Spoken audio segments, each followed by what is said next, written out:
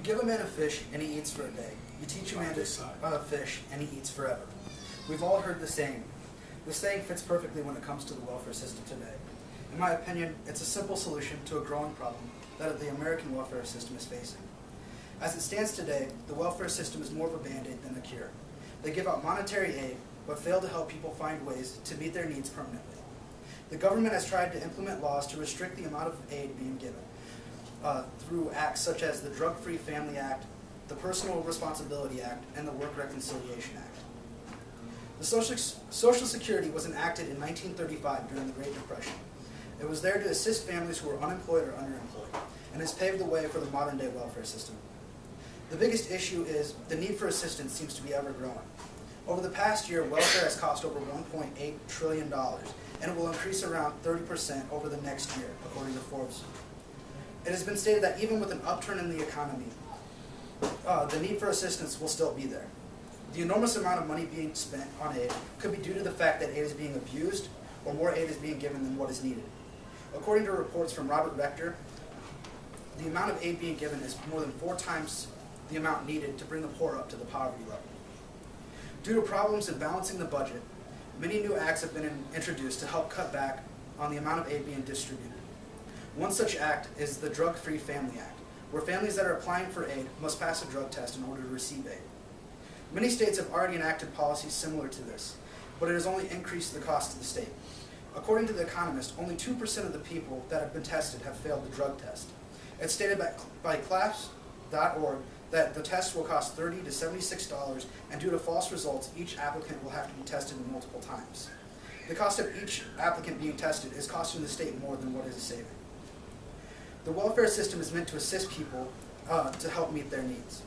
It is meant to be a form of temporary assistance, but it is being depended upon as a long-term solution. In 1996, the Personal Responsibility Act and the Work Opportunity Reconciliation Act were signed. It was created to encourage employers to hire the poor and encourage people to rejoin the workforce. The state would also receive bonuses for moving people from unemployment into the workforce.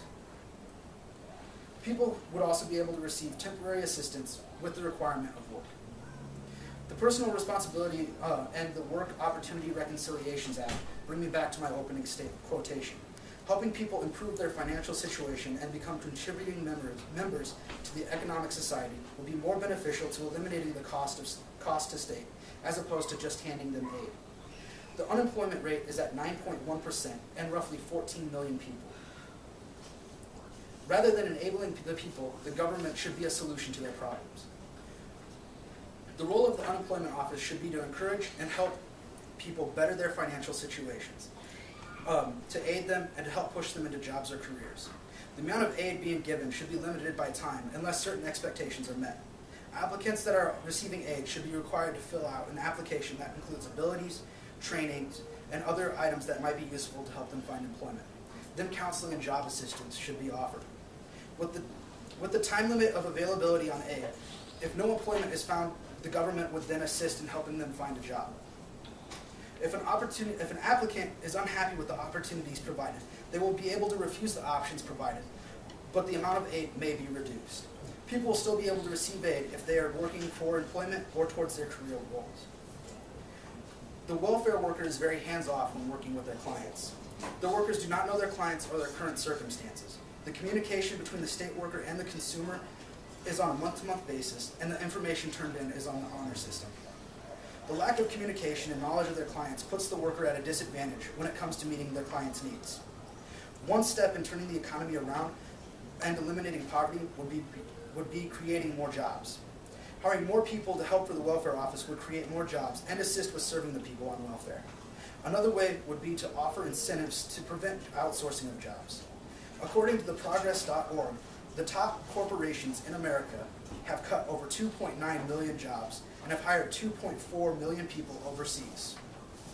By either penalizing outsourcing or offering incentives to prevent it, the government would be able to create more jobs in America. Some people are unable to join the workforce due to the fact that their benefits would be denied, and they would be unable to meet their needs without government assistance. When joining the workforce, Medicaid is denied if people make over a certain amount of money. The problem is that some people need insurance and are not able to afford it with their salary. The people that are forced to make the decisions of either trying to work and not having their needs met, or being unemployed or underemployed and not receiving aid. With more welfare workers, they would be able to assist these clients that are facing these problems. The saying, "It takes money to make money," comes to mind when looking for a solution.